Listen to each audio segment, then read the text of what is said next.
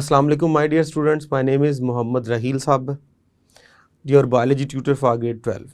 सो आज के इस लेक्चर में हम डिस्कस करने जा रहे हैं यूरिनरी सिस्टम यानी किडनी।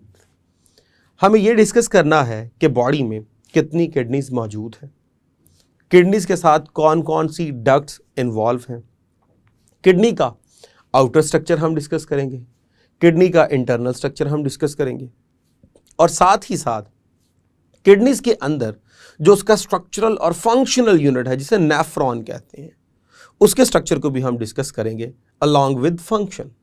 तो इन तमाम चीज़ों को समझने के लिए आइए चलते हैं लाइट बोर्ड की तरफ। सो अब हम डिस्कस करने जा रहे हैं यूरिनरी सिस्टम। अगर हम यूरिनरी सिस्टम की बात करें तो डेफिनेटली इसका जो मेन लिंक होगा वो होगा यूरिन फॉर्मेशन।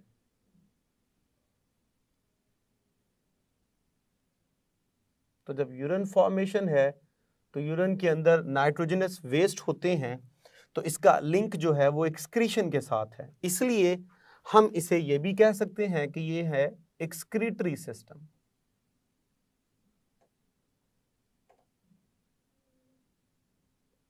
तो हम एक्सक्रीटरी सिस्टम को डिस्कस करने जा रहे हैं। अगर हम एक्सक्रीटरी सिस्टम के कंपोनेंट्स की तरफ आए तो हमारे पास जो है वो बीन शेप हमारे पास क्या होंगी, 2 किडनीज। तो ये हमारे पास हैं किडनीज, तो एक किडनी है तो दोनों किडनीज, तो ये हमारे पास होगी पेयर ऑफ किडनी। और शेप कैसी होगी हमारे पास, बीन शेप। बाहर वाला जो एरिया है वो हमारे पास होता है कन्वेक्स, और जो अंदर वाला रीजन है उसे हम बोलते हैं कनकेव, जो अंदर की तरफ जो है वो डिप्रेशन होता है। अब उसके बाद इस डिप्रेशन से हमारे पास ये जो 2 डक्ट्स निकल रही हैं, these are called as renal pelvis. तो 2 किडनीज हैं हमारे पास और उनसे जो हमारे पास मेजर डक्ट्स निकल रही हैं उन्हें बोलते हैं, जो बिल्कुल स्टार्ट से होंगी ब्रॉड, उन्हें बोलेंगे रीनल पेल्विस। अब अगर मैं रीनल पेल्विस की बात करूं तो ये शुरू से ब्रॉड होगी और जैसे ही ये नीचे की तरफ जा रही है तो ये नैरो डाउन हो जाती है, तब इसे बोलते हैं यूरिटर। तो 2 किडनीज हैं, 2 हमारे पास जो है वो रीनल पेल्विस है और 2 हमारे पास क्या होती हैं, यूरिटर होती हैं। अगर मैं किडनी के वेट की बात करूं तो इसका less than 1% of the body weight, body के वेट से 1% से भी कम इनका क्या होगा, वेट होगा। लेकिन ये इतनी ज्यादा इंपॉर्टेंट होती हैं कि ये क्या करती हैं, ये रिसीव करती हैं 20% blood of every cardiac cycle.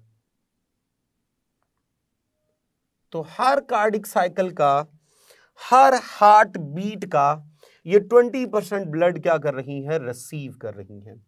जब ये 20% ब्लड जो है वो रिसीव कर रही हैं तो इसका जो मेजर काम होगा वो होगा फिल्टर ब्लड और एक्सट्रैक्ट वेस्ट प्रोडक्ट्स। सो वेस्ट प्रोडक्ट को एक्सट्रैक्ट करना, ये काम जो है वो क्या करता है, किडनीज कर रही होती हैं। हर किडनी को ब्लड सप्लाई किया जाता है with the help of renal arteries, और ब्लड जो है वो लीव करेगा किडनीज को bye renal veins. So blood enter होगा बाय रीनल आर्टरीज और ब्लड लीव करेगा बाय रीनल वेन्स, जो कि इसी जो है वो रीनल पेल्विस के पास वाला जो डिप्रेशन है वहां से ही क्या किया जाएगा, एंटर किया जाएगा और यहां से ही क्या किया जाएगा, रिमूव किया जाएगा। अब बात हम कर रहे थे, दोनों किडनीज जो हैं वो रीनल पेल्विस के जरिए एक नैरो सी ट्यूब बना रही हैं दोनों तरफ, जो कि क्या कहलाती हैं, यूरिटर कहलाती हैं। यूरिटर का मेन काम क्या होता है, किडनीज ने जो यूरिन बनाया है वो यूरिन जो है वो वहां से नीचे आएगा और इस एक सैक के अंदर डाल दिया जाता है इस सैक को हम ब्लैडर कहते हैं। ब्लैडर, ब्लैडर यूरिन को स्टोर करता रहता है और जरूरत पड़ने पर फिर इसको बॉडी से क्या कर दिया जाता है, रिलीज कर दिया जाता है। अब ब्लैडर के नीचे ये जो हमें एक नैरो डक्ट नजर आ रही है, इसे बोलते हैं यूरिथ्रा। यूरिथ्रा। सो किडनीज जो है वो यूरिटर के थ्रू ब्लैडर में क्या कर रही हैं, अपना यूरिन ट्रांसपोर्ट कर रही हैं। और ब्लैडर जो है वो ओपन हो रहा है एक नैरो डक्ट के जरिए, जिसे हम कहते हैं यूरिथ्रा। अब यूरिथ्रा की बात करें तो यूरिथ्रा जो है वो फर्दर, अगर मैं मेल्स की बात करूं तो इन मेल्स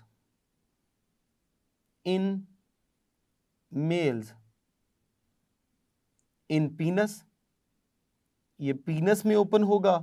और अगर मैं बात करूं in females near to vagina,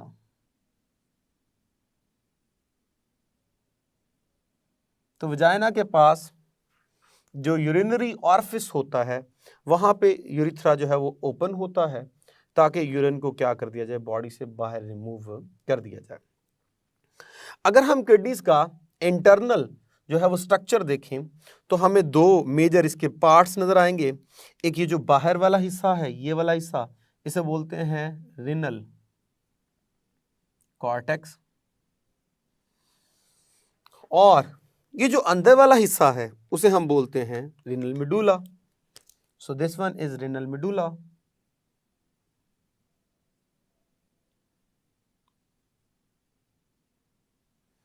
अब रिनल मेडुला के अंदर अगर आप देखें तो ब्लड वेजल्स की और बेशुमार डक्ट्स की अरेंजमेंट की बिहाफ पे आपको बेशुमार जो है वो पिरामिड्स नजर आ रही हैं।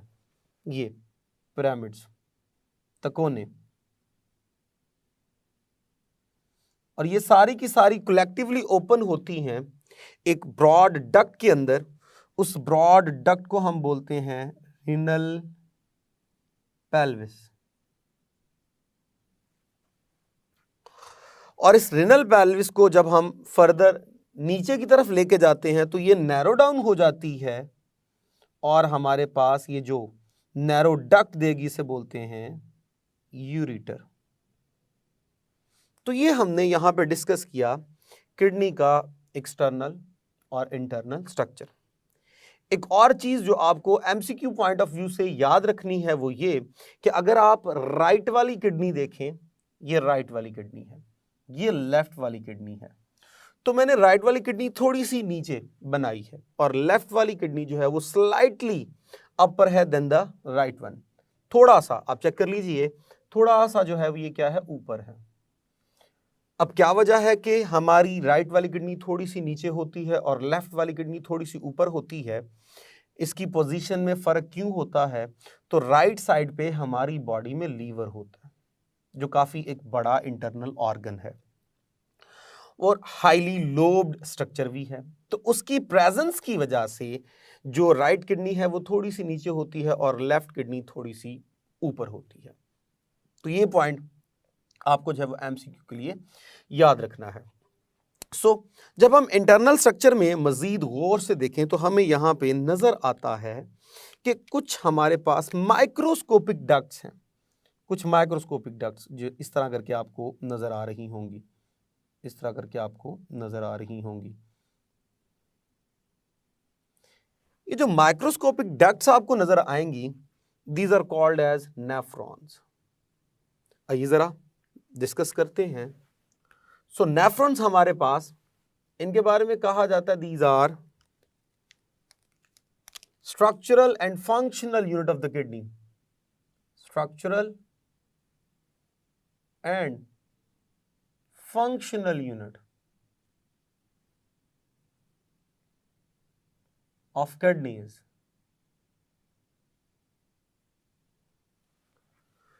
तो किडनीज के हमारे पास स्ट्रक्चरल और फंक्शनल यूनिट को हम क्या बोलते हैं? नेफ्रॉन कहते हैं। अगर हम नेफ्रॉन के स्ट्रक्चर में जाएं तो नेफ्रॉन हमारे पास जो है दो मेजर स्ट्रक्चर में डिवाइड होता है। रिनल कॉर्पिसल, रिनल ट्यूब्यूल, ये दो मेजर हमारे पास नेफ्रॉन के पार्ट्स होते हैं। लेकिन अगर हम टाइप्स में आए तो हमारे पास नेफ्रॉन्स की टाइप्स भी हैं। आइए जरा विद रिस्पेक्ट टू टाइप्स देखें। नेफ्रॉन टाइप्स, तो हमारे पास दो मेजर टाइप्स हैं। एक आपके पास है कॉर्टिकल नेफ्रॉन और एक को बोलते हैं जक्स्टा मिडुलरी नेफ्रॉन। ये दो हमारे पास नेफ्रॉन्स की टाइप्स हैं। अगर हम इन दोनों में डिफरेंस देखें तो कॉर्टिकल नेफ्रॉन जो होती है ये होती हैं इन कॉर्टेक्स, इनका मेजर हिस्सा कॉर्टेक्स में होता है। और अगर हम जक्स्टामेडुलरी की बात करें तो ये होती हैं at the border of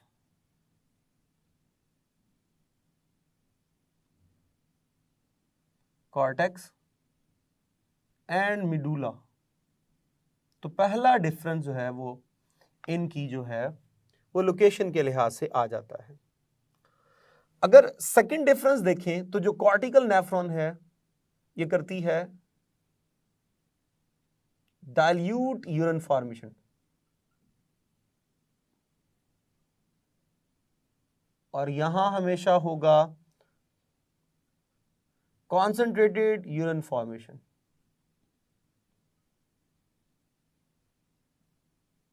second difference हो गया। थर्ड डिफरेंस की बात करें तो जो हमारे पास कॉर्टिकल नेफ्रॉन्स होती हैं इनमें होता है शॉर्ट लूप ऑफ हेनले। वो क्या होता है वो भी अभी आपको क्लियर हो जाएगा। इसमें होता है लॉन्ग लूप ऑफ हेनले।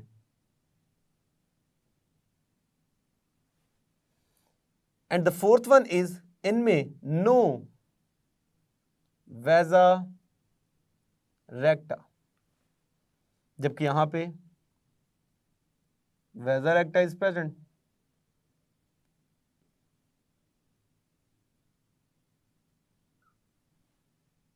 तो ये मेजर हमारे पास डिफरेंस है और ये हमारे पास बहुत ही इंपॉर्टेंट एक शॉर्ट क्वेश्चन भी है कि हमारे पास कॉर्टिकल नेफ्रॉन और जक्स्टामेडुलरी नेफ्रॉन्स में क्या डिफरेंस है। तो लोकेशन का डिफरेंस है, कॉन्सेंट्रेशन ऑफ यूरिन का डिफरेंस है, लूप ऑफ हेनले का डिफरेंस है और वेजा रेक्टा का डिफरेंस है हमारे पास।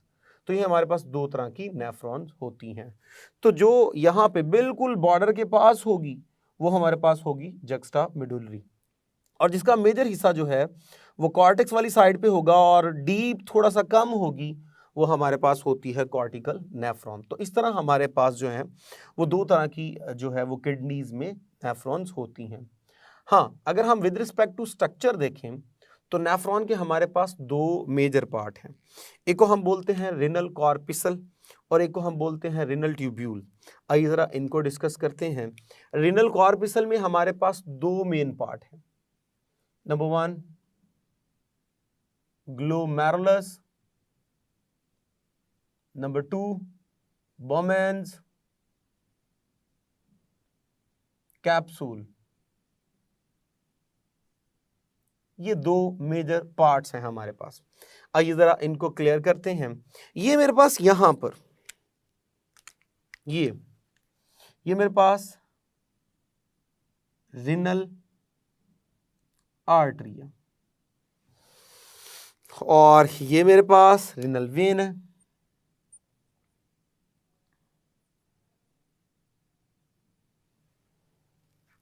अब रिनल आर्टरी के जरिए नेफ्रॉन को ब्लड की सप्लाई की जाएगी और रिनल वेन के जरिए ब्लड जो है वो वापस जो है वो आ जाएगा। अब जब ब्लड की सप्लाई की जाएगी तो वो डक्ट या वो वेसल जो ब्लड जो है वो ट्रांसपोर्ट कर रही है टुवर्ड्स द नेफ्रॉन, उसे हम बोलते हैं एफरेंट, AFFERENT, एफरेंट आर्टरियोल्स।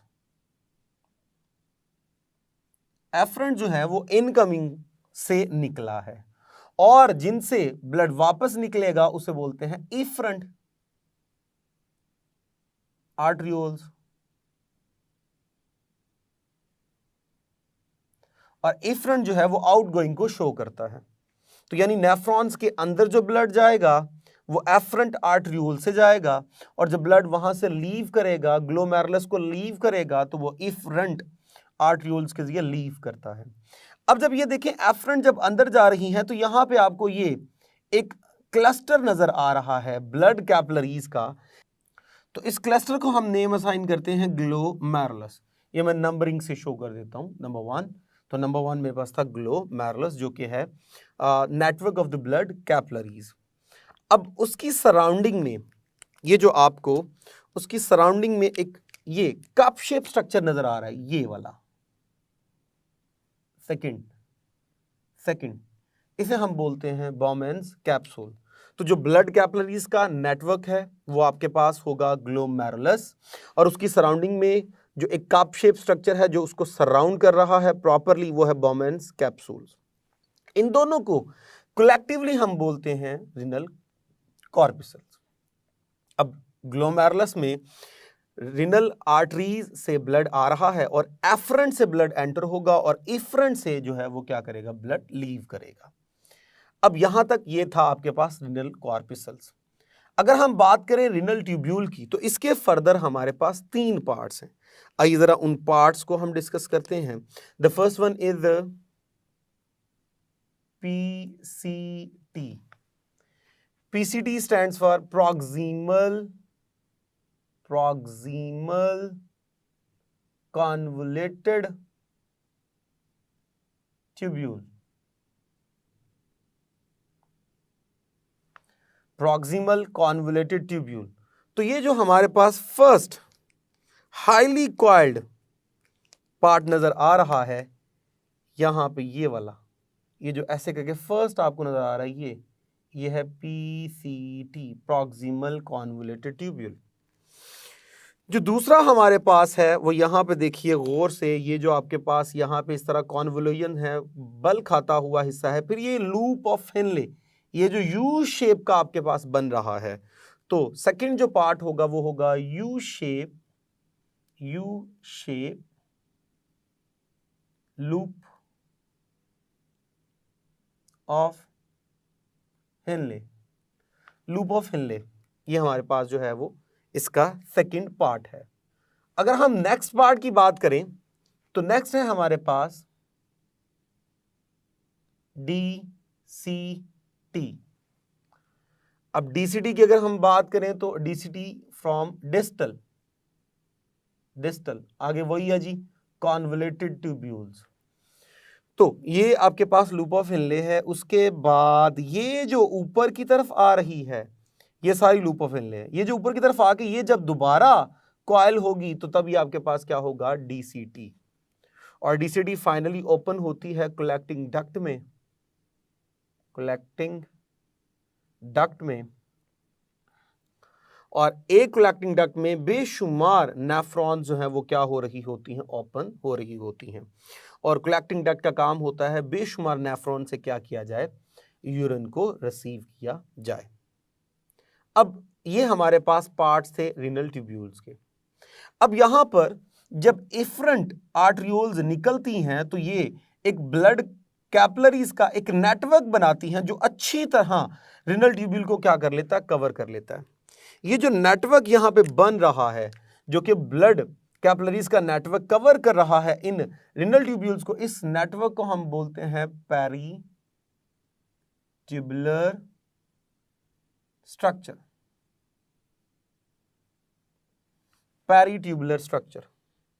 ये ब्लड कैपिलरीज का एक नेटवर्क होता है जो अच्छी तरह जो है वो कवर कर लेता है रिनल ट्यूब्यूल्स को अलॉन्ग विद कलेक्टिंग डक्ट। अब ये जो पेरीट्यूबुलर स्ट्रक्चर है अगर तो इसी तरह नीचे आ जाए तो फिर हमारे पास होगी कॉर्टिकल नेफ्रॉन।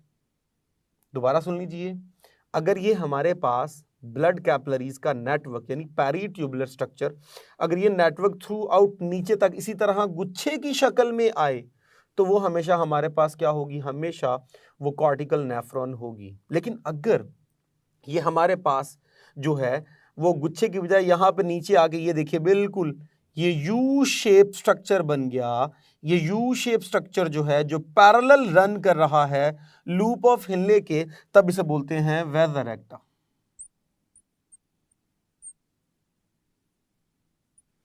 तब इसे वेदर रेक्टा बोलते हैं। अब वेदर रेक्टा सिर्फ और सिर्फ किस में होगा? वो होगा जक्स्टा मेडुलरी नेफ्रॉन में, ये कॉर्टिकल नेफ्रॉन में नहीं होता।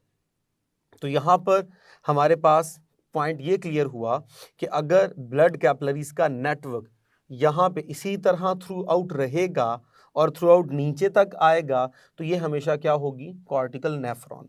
और अगर ये जो है वो यहाँ पैरेलल मैनर में रन होगा, यानी यू शेप स्ट्रक्चर में वापस जाएगा, तो तब हम इसे बोलते हैं कि ये बना रहा है वेजा रेक्टा। और वेजा रेक्टा करैक्टर जो है वो सिर्फ और सिर्फ जो है वो जक्स्टामेडुलरी नेफ्रॉन का करैक्टर है। ये हमारे पास जो है वो कॉर्टिकल नेफ्रॉन में नहीं होता। तो इस तरह ये हमारे पास नेफ्रॉन का मुकम्मल एक स्ट्रक्चर जो है वो डिस्कस हुआ है।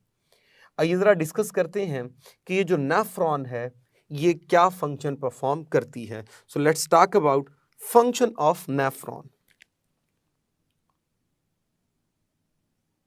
Function of nephron.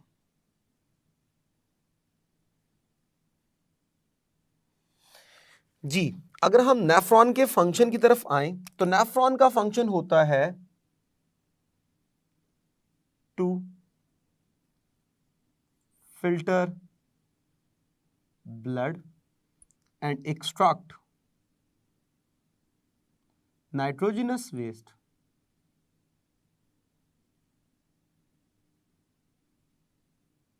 to form urine. So in short, blood को फिल्टर करके उसमें से नाइट्रोजनस वेस्ट एक्सट्रैक्ट करके यूरिन फॉर्मेशन करना, ये काम है नेफ्रॉन का। और ये फंक्शन जो है वो परफॉर्म किया जाता है बाय डिफरेंट फंक्शंस, जिसमें पहला स्टेप है हमारे पास फिल्ट्रेशन।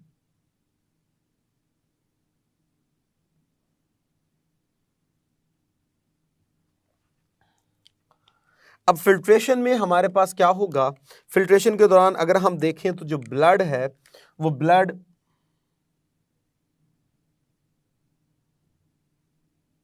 एफरेंट आर्टरियोल्स के जरिए, so double A stands for afferent arteriole, के जरिए भेजा जाता है टुवर्ड्स ग्लोमेरुलस, और वहां से एफरेंट के पास चला जाएगा।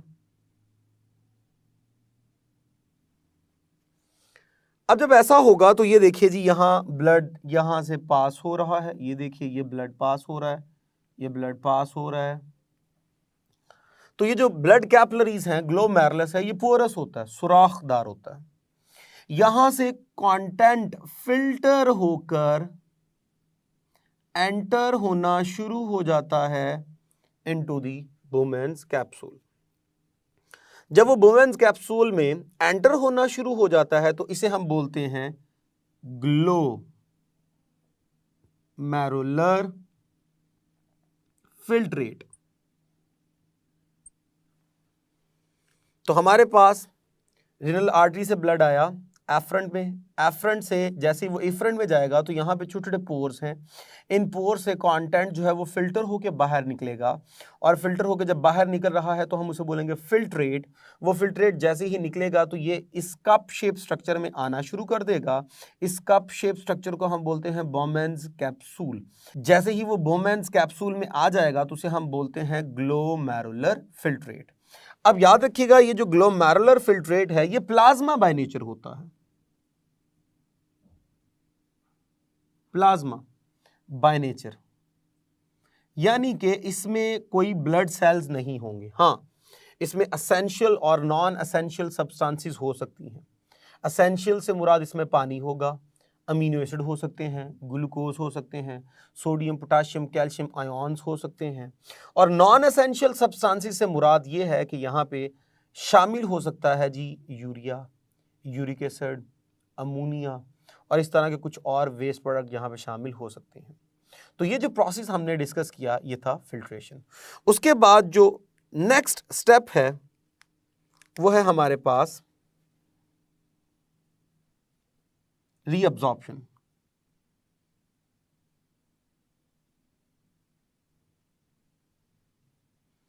रीअब्जॉर्प्शन, अब वो जो कंटेंट है वो सारा देखिए जी, यहाँ पे बॉमेंस कैप्सूल के अंदर आया। अब वो कंटेंट गुजरेगा पीसीटी में से, फिर लूप ऑफ हेनले में से, और उसके बाद दोबारा कहाँ से गुजरेगा, डीसीटी में से। तो रीअब्जॉर्प्शन का काम जो है वो डन बाय ब्लड कैपिलरीज।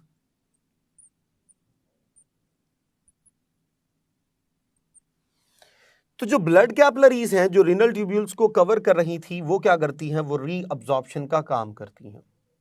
यानी कंटेंट जब पीसीडी में से गुजरेगा, लूप ऑफ हेनले में से गुजरेगा, डीसीटी में से गुजरेगा, तो इनकी सराउंडिंग में ये जो नेटवर्क ऑफ ब्लड कैपिलरीज हैं वो इसमें से एसेंशियल सब्सटेंस को रीअब्जॉर्ब करना शुरू कर देगा, एक्सट्रैक्ट करना शुरू कर देगा। वो जो नाइट्रोजनस वेस्ट हैं वो तो नॉन एसेंशियल हैं, जबकि वाटर जो है, amino acid, glucose, some important ions जैसे कि sodium, potassium, calcium, these are the essential substances, उनको क्या करवा लिया जाएगा, अब्जॉर्ब करवा लिया जाएगा। So this phenomena will be considered as reabsorption. अब इसको रीअब्जॉर्ब क्यों कहा गया, क्योंकि पहली दफा अब्जॉर्प्शन हुई थी जब इलियम के अंदर फूड को, डाइजेस्टिव फूड को क्या किया गया था, अब्जॉर्ब किया गया था। अब सेकंड टाइम यही फूड, यही आयॉन्स दोबारा जो है वो रीअब्जॉर्ब करवाए जाएंगे ड्यूरिंग रीअब्जॉर्प्शन, और ये प्रोसेस जो है वो किडनीज के अंदर हो रहा है between blood capillaries, renal tubules की जो हमारे पास डक्ट्स हैं उनके दरमियान। अब यहां पर रीअब्जॉर्प्शन में एसेंशियल सब्सटेंसेस सारी की सारी क्या करवा लेगी, अब्जॉर्ब करवा लेगी, रीअब्जॉर्प्शन कहा गया। और जो नॉन एसेंशियल सब्सटेंसेस हैं, यूरिया, यूरिक एसिड या सरप्लस वाटर, वो सारा बॉडी के अंदर ही क्या रखा गया, रिटेन रखा गया।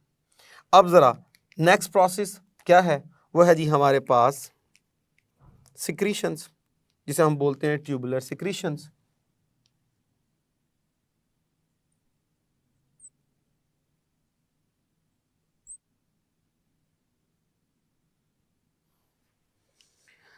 अब ये जो हमारे पास रीनल ट्यूब्यूल्स हैं, इनकी इंटरनल लाइनिंग से कुछ सिक्रीशंस पैदा की जाती हैं।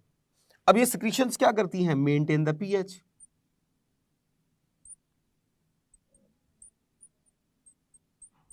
ऑफ यूरिन, तो यूरिन की पीएच को क्या किया जाएगा, मेंटेन किया जाएगा। यानी हाइड्रोजन आयॉन्स की कॉन्सेंट्रेशन को क्या किया जाएगा, मैनेज किया जाएगा। अब ये काम कौन करवाता है, ये जो रीनल ट्यूब्यूल्स हैं, इनकी इंटरनल लाइनिंग में सिक्रीशंस पैदा होती हैं, और उन सिक्रीशंस की बिहाफ पे कुछ चीज़ों को अब्जॉर्ब करवा के, रीअब्जॉर्ब करवा के, रिलीज करवा के क्या किया जाएगा, पीएच के लेवल को कंट्रोल किया जाएगा। अब जब यहाँ से रीअब्जॉर्प्शन होने के बाद कंटेंट जो है वो कलेक्टिंग डक्ट को सप्लाई किया जाता है, उस वक्त वो ऑलमोस्ट मुकम्मल तौर पे वेस्ट प्रोडक्ट होते हैं, वो मुकम्मल तौर पे यूरिन बन चुका होता है। याद रखिएगा 99.9% जो रीअब्जॉर्प्शन है वो कहाँ होती है, पीसीटी में। पीसीटी में मैक्सिमम हमारे पास रीअब्जॉर्प्शन का जो है वो क्या होता है, प्रोसेस होता है, जिसमें सारे एसेंशियल सब्सटेंसेस, ग्लूकोज हो गया, अमीनो एसिड हो गए, कैल्शियम हो गया, और भी डिफरेंट जो इंपॉर्टेंट आयॉन्स होते हैं, वो मैक्सिमम मोर देन 99% यहीं से क्या करवा लिए जाते हैं, रीअब्सॉर्ब करवा लिए जाते हैं।